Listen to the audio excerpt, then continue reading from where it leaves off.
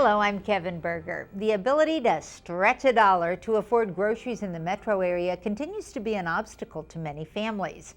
In the western suburbs around Minnetonka, Hopkins, and the lake area, ICA Food Shelf is there to help with emergency food services to help families stretch those groceries to last through the month.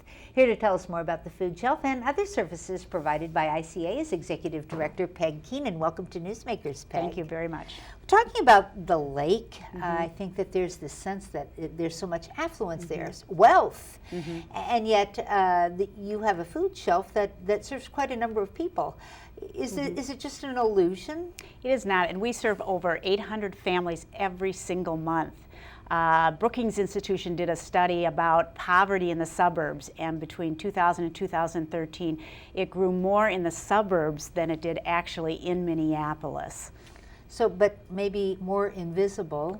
Yes, and I think people don't think about it because they see those skewed statistics on average income, things like that, and so they don't think that it is, but we have families that come every month or come every other month, however, whenever they need help. Who are some of the families that you're serving? What's their profile? It's as a variety as you can imagine. So we have seniors that are coming, we have single parents with children, single families, we have people experiencing mental health issues. 49% of our clients actually work, and that's surprising, but as they're maybe they were let go when 2008, when the recession hit, and they're in their 50s and 60s and can't find a job anymore. And so they need the food shelf to be there for them. What sort of food is provided? We have such a variety, and we're so fortunate with the food that we get from our community.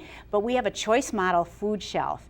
And so our clients, our neighbors, are actually shopping a small grocery store type thing, and they're choosing for their family what their family likes, what their family knows how to cook, and they're selecting food from about 25 to 30 categories that they will then use to make their family meals. And can you accommodate people's individual dietary needs? That's what's so great about the choice model food shelf, is that those foods will be amongst all the others, and they can identify if they need low sodium food. We do have a gluten-free area, so those people with that medical situation can shop, especially in that area. Where's that food come from?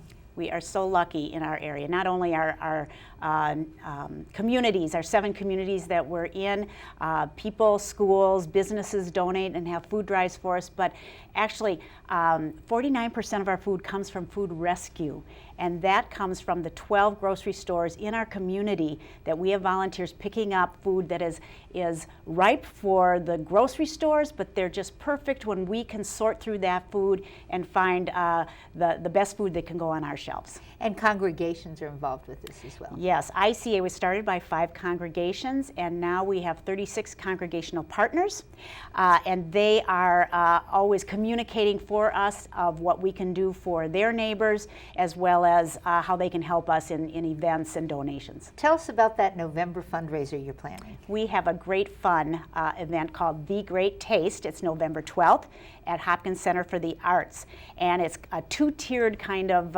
event where people come and have appetizers that are supplied by our local restaurants. It's a silent live auction, and then after our program, for those who buy the higher level ticket, they're whisked away by a limousine, and they go to a local restaurant who's prepared food for ICA. Peg Keenan, thank you so much for telling us about ICA. If you'd like to learn more, how to volunteer, how to donate, here's their website, ICAFoodShelfedit.org. Thanks for joining us on Comcast Newsmakers. I'm Kevin Berger.